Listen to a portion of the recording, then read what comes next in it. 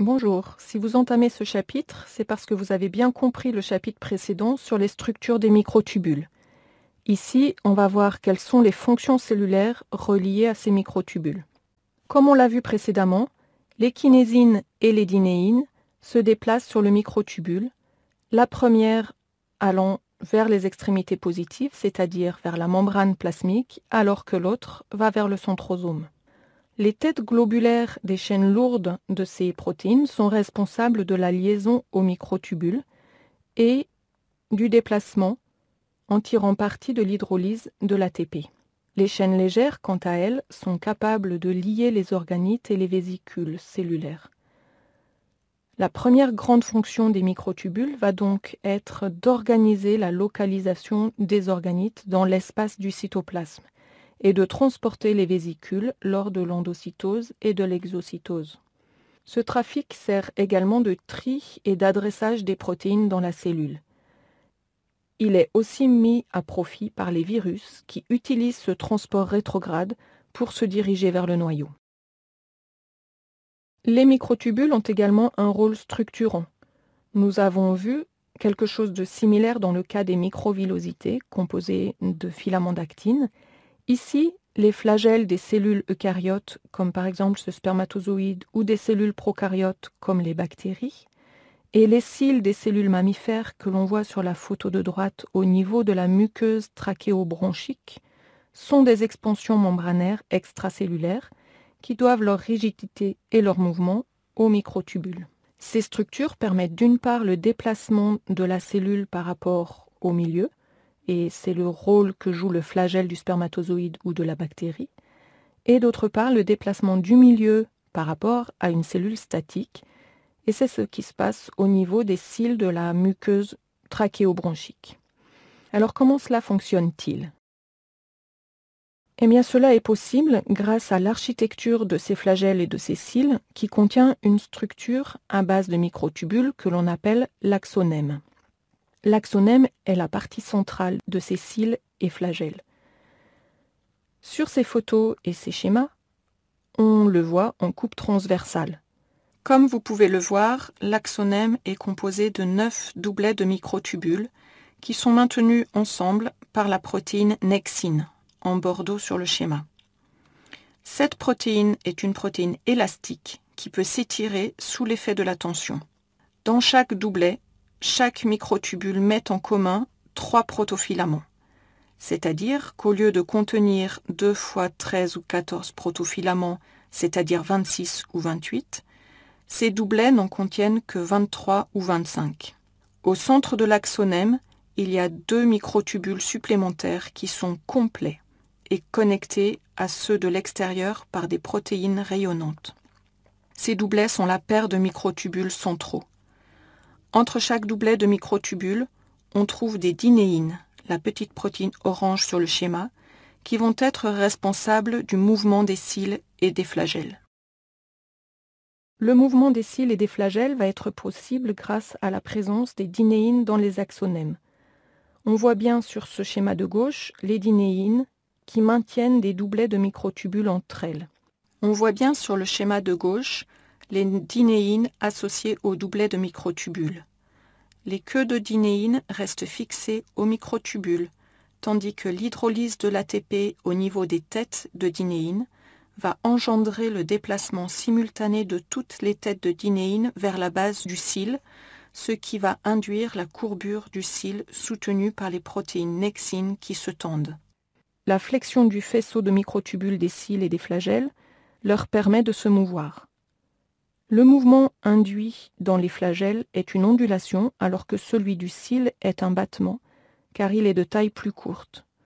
Le battement unidirectionnel du cil permet par exemple de diriger vers l'extérieur le mucus bronchique qui est localisé à la surface des cellules de la muqueuse trachéobronchique. Les microtubules sont responsables d'une autre structure primordiale dans la cellule. Il s'agit du centrosome.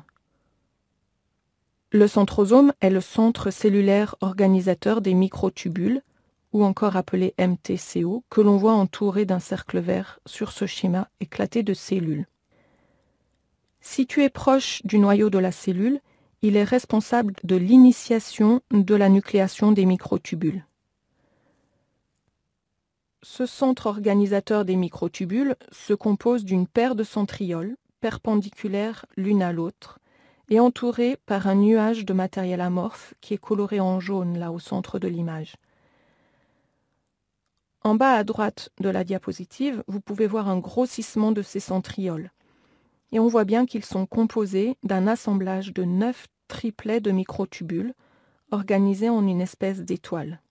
Vous pouvez également repérer cette structure sur la photo de microscopie électronique qui est présentée à gauche de l'image, où vous avez une coupe longitudinale et une coupe transversale de ces centrioles. Pour finir, les microtubules sont impliqués dans les différentes étapes de la division cellulaire.